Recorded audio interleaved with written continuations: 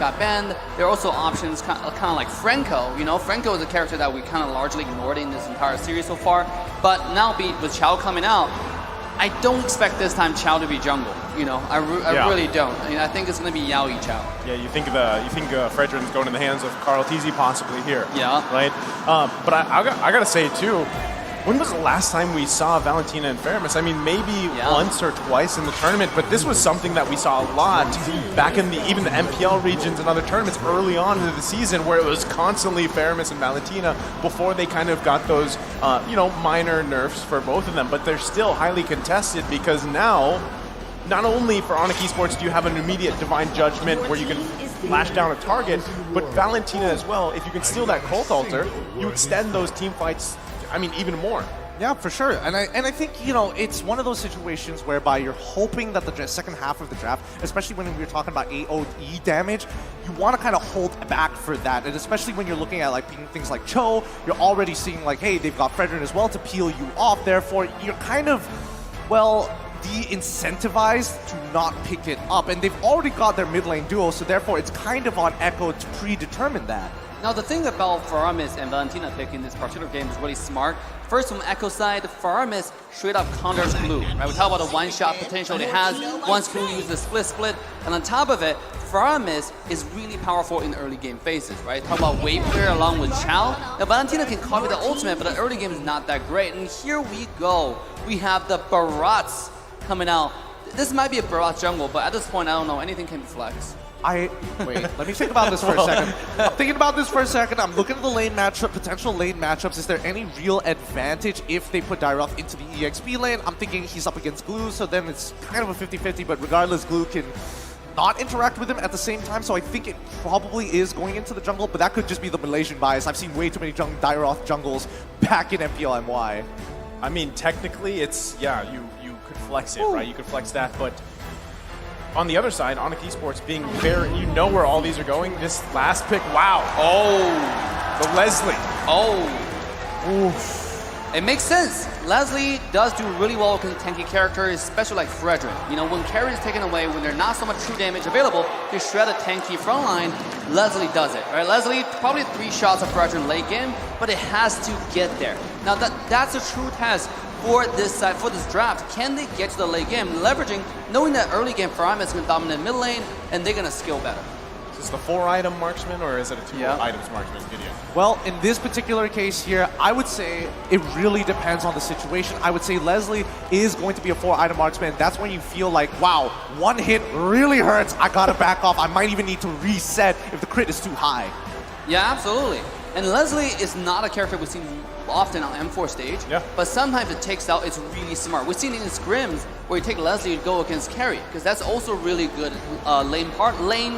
opponents, right, for Leslie. But here we go, as we come into next game. All right, welcome to the land of Dawn, everybody. This is game number 3, Onic Esports up against Echo. Let's get right into it. CW showing us something different every game, right? We've seen the Moskov, we've seen the Melissa, right? Now we're seeing Leslie. I mean, I did say early on, if you're holding on to anything, now is the best time to just pull it out in this series. Yeah. You add that uniqueness, that flavor here from something that we really haven't seen much of so far in this M4 tournament. And previous game they made it work for them. Boots though now has the help of Sands. They do get the flicker in. Sanford not going to be able to get to the Terra 5. First blood over the hands of Boots. Well done.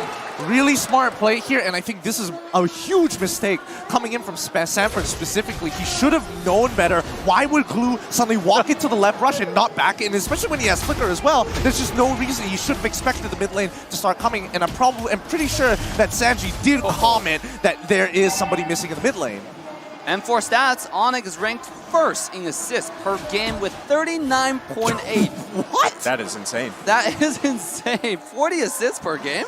Now my OCD is kind of like itching right now. Just make it 40. Why would you put the 0.8 there? Just make it 40, man. How is that even calculated? Does it combine everybody's assists? It would definitely combine everybody's assists as a team.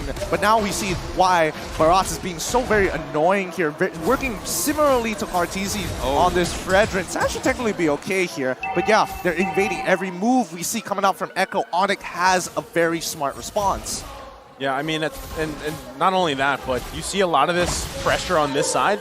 Turtle's going to be up in a couple seconds here. But by that time, you have all these ultimates on the line. Sans does have that Cult Altar, so he's going to hold on to that here. But, man, if anything, we've seen how much of a nuisance a Barrett's jungle can be here, especially that front line presence. As already, they're trying to go contest this. Yawi going to go in here. Gets the way of the dragon. There's the Cult Altar to respond. Carl T's able to secure the turtle. Cult Altar committed. They're still going to find it out. Looking for the kill as Kyrie falls. Sanford going in with the strike. Able to find Sans. 2 down. Looking for more. Double kill for Sanji. Make it a triple. Beautiful. Beautifully done. And, you know, Sanford, even though he was about to lose his lane, got a little bit of help to hit that level 4 and immediately making all that difference. It feels like whoever makes that first move is, especially when you're copying, expect 2 Cult Altars from either side. Whoever pops it first is going to lose. Oh my god, I gotta say Echo's draft and their strategy is so good coming to this game. You have Dairos that can destroy tanks, and they force Kyrie into a tank character. First of all, that's not something Kyrie's known for, right? They ban away every single assassin available, and force him onto a barrage, and pick the Dairos. On top of it, it's a Yaoi differential, right? Yaoi comes in with a kick onto the Dairos, a full combo, full dive. That was incredible. 4-0 clean sweep and the turtle. Let's pick that ambulance. Here we go. They're going to go ahead and find Yawi. They're going to use a lot here. Divine Judgment and the Daytona's welcome. Yawi can't escape that one. Now they're going to focus on the Betty Cutie. Terrify comes out. Onic+vs++Echo able to grab 2 kills top side. I'm not gonna lie, a bit disrespectful that Keyboy took that kill from CW. He definitely would have preferred it, but I don't think this is the end of the engagement. Okay, it is, but 40 seconds on the clock until we see the next turtle come. CW, now that he is ahead in the lane against ManyQt, it's gonna be really tough for ManyQt to keep on laning against him. It's just a losing battle. Oh my god, the early game. Oh, Sans! No. They get the Cult Altar out here. Razor's Wrath going to be committed. But as you were saying, Dave. Yeah, I was about to say the early game, despite how much Onic just won on the top side, they're still behind from 1 play on the bottom side, around the turtle fight.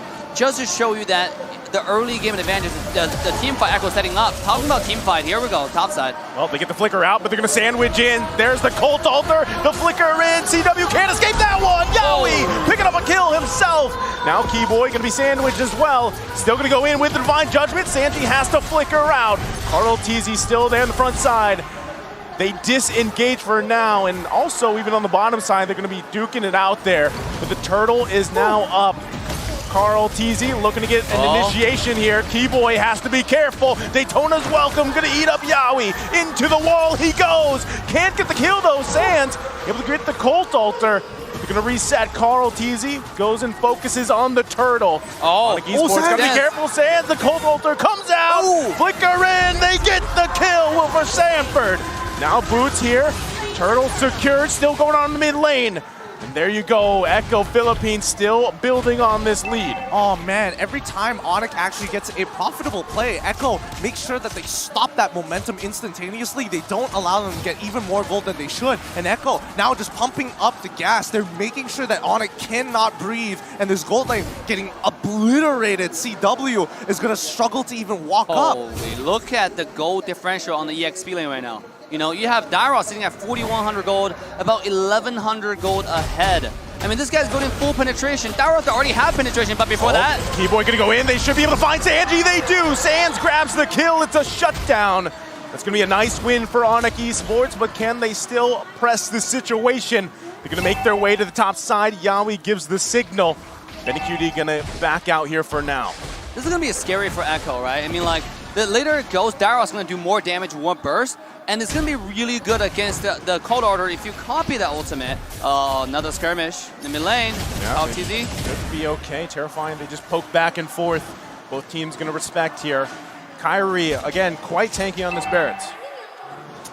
So far, I'm trying to figure out where exactly the focus is going to be for well, the focus going to be right here with Wave Drag from Yaoi. CW going to fall. Cult Altar comes down. They're still looking for Keyboy and Sans. They're in trouble. It's a double kill for the Storm. As Sanji grabs another himself. 3 fall for Onic Esports. Man, I was about to talk about the focus coming in from Onic, but Echo, it's a very clear plan for them. They just want to absolutely shut down this gold lane and make sure that CW will never be able to get to that late stage of the game. It will be ideally over before he even begins to start walking. Are you not entertained by the Yaoi's Chow? Yeah. This is just build different gaming, right, on top side. High energy gaming. High energy gaming. This guy goes in, high energy, yells, "Yeehaw!" Walking, what the, oh! You know, and everybody just fall. It's actually just build different gaming. Speaking of that, Dave's been unleashed here, and now they get a punish. They're still looking for more. Kyrie is down. Turtle going to be secured by Onic+vs+Echo. Now the focus here in the mid side. They get the tear off by Sanji. Going to fall though. Onic+vs+Echo trying to turn this moment around in the mid lane. Not going to be able to get anything else though. Keyboy does still have that divine judgment, but it's safer if they don't initiate.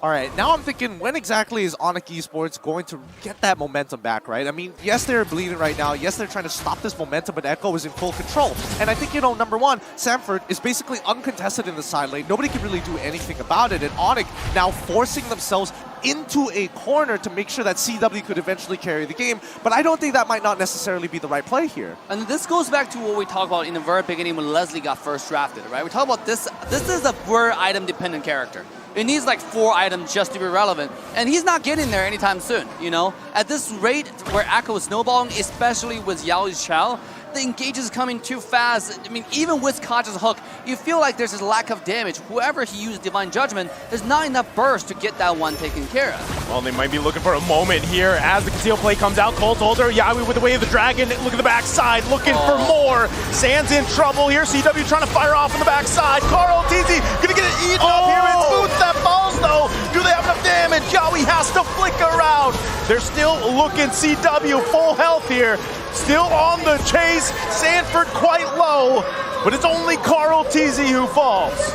That's what you want to see coming up from Onic+vs+Echo. They want to trade 50-50 at this stage of the game where the gold is relevant, and more so, they're actually at a deficit, which is way worse for Echo, who are supposed to be ahead and very clearly in the lead with their 5K gold lead. And what a great job from Onic+vs+Echo. Played it really slow and steady. At this point, just like you pointed out, Gideon, the trade is good for them, right? Especially any trade that doesn't involve CW.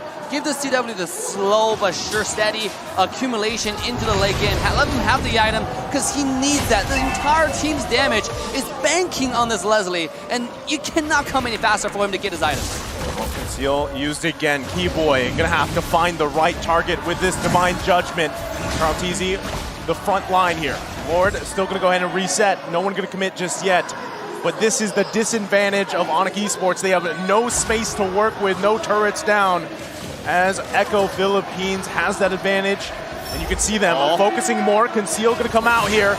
Looking at the moment, they get the Divine Judgment on Sanford in trouble. Immortality gonna be popped for now. Boots gonna fall though. Is Sanji able to grab the kill? CW still on the backside, firing off, but it's just too much. Echo Philippines, look at Onic+vs+Echo. Appraiser's Wrath comes down. They're gonna zone them back, the flicker in. Sanji with the drag. Kyrie still up for now, but Benny Cutie with the killing spree going in, finding another as Keyboy falls. No, CW couldn't get his ult on the right target. He could have gotten a kill off of Betty QT, or at the very least, force somebody to block it for him.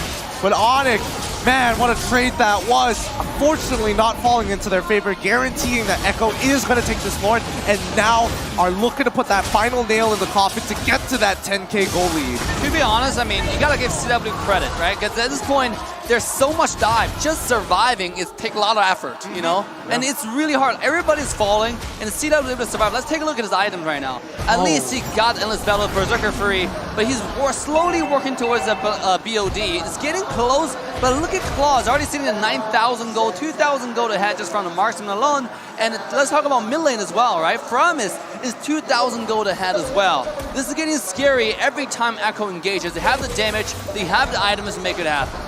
I mean, that's the thing. You can see this as they try to hold on to the tier 1, but the quick play from Yaoi again under the turret. Sanford on the backside gonna get pulled with the Divine Judgment. Daytona's welcome as well. Blazing to it. Everything being thrown at Onic+vs+Echo.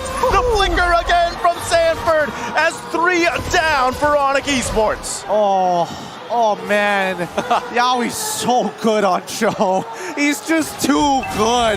Get it out of here. Inhibitor falls. might be Next it. fight, they're gonna end it right here. They're still going to be going here. BennyQT in the backside, just able to free hit. Keyboy in trouble, trying to buy time, but it's not going to be enough as Echo Philippines takes the match, taking game number 3. GG, well played, Echo. What a game. What a game that is. Holy, the execution was flawless, engagement decisive. They were on the mission. Every time Yaoi goes in, it's a devastation, a disaster for the other side. I just want to say, the Leslie pick, maybe we'll have to think about that for the next game. Yeah. I mean, the idea just seems correct. All the moves that they did seem correct, but they just fell behind ever so slightly, and they could never recover from the damage with so much conviction on